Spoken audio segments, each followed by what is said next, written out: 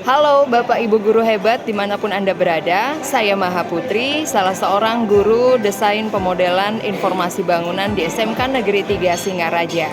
Pada kesempatan ini saya akan memaparkan beberapa hal terkait penugasan pada LK3 Diklat Pedagogik Guru oleh BGP Provinsi Bali tahun 2024.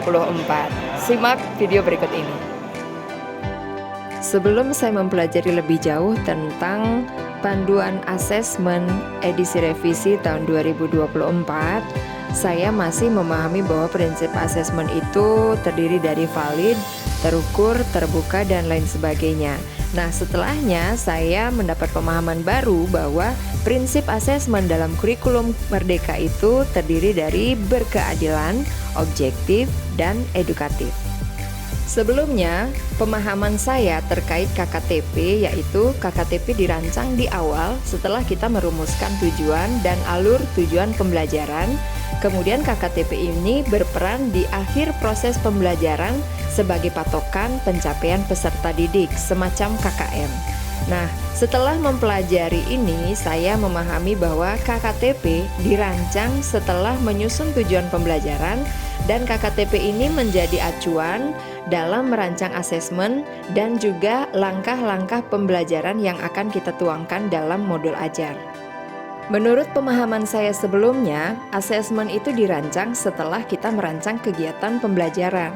Pemahaman baru yang saya peroleh setelah saya mengenal understanding backward design yaitu bahwa asesmen dirancang di awal setelah penyusunan KKTP sehingga kegiatan pembelajaran yang akan dirancang sinkron dengan penilaian yang akan dilaksanakan.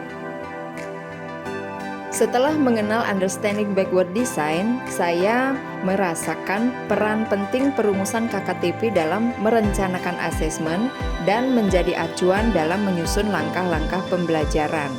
Nah, dari hal ini, saya semakin memahami bahwa perencanaan asesmen itu memiliki beberapa pendekatan untuk mengetahui ketercapaian peserta didik.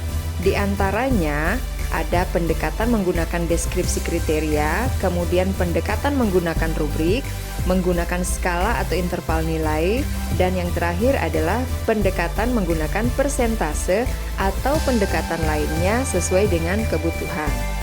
Saya pun semakin memahami bahwa dengan model ini akan terdapat sinkronisasi antara KKTP, teknik dan instrumen asesmen, serta langkah-langkah pembelajaran yang dirancang. Poin-poin yang saya garis bawahi adalah apa saja yang harus dilakukan peserta didik agar dapat mencapai tujuan pembelajaran.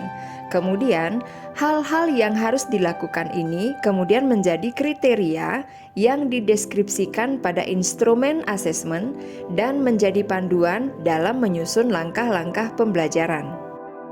Berikut ini adalah praktik baik perencanaan asesmen yang saya rancang pada jenjang SMK fase E untuk mapel dasar-dasar program keahlian DPIB atau Desain Pemodelan dan Informasi Bangunan dengan elemen gambar teknik.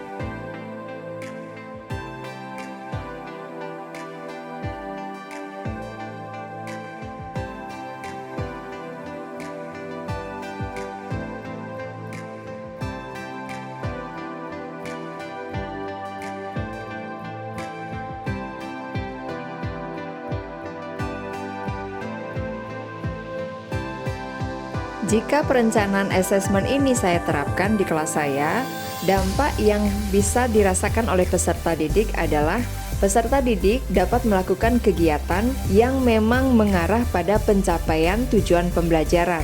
Jadi, kompetensi yang dipelajari dan dikembangkan dalam proses pembelajaran sesuai dengan kompetensi yang akan dinilai.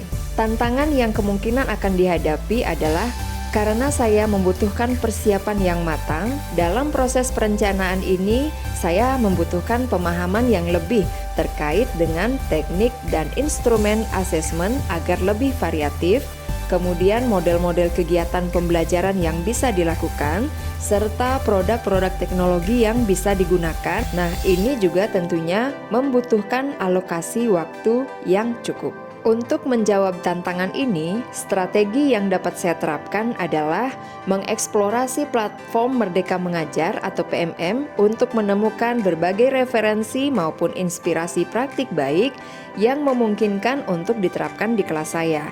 Memaksimalkan komunitas belajar dalam sekolah untuk saling berbagi bersama rekan sejawat, memanfaatkan waktu libur akhir semester dengan lebih maksimal untuk menyusun perencanaan pembelajaran.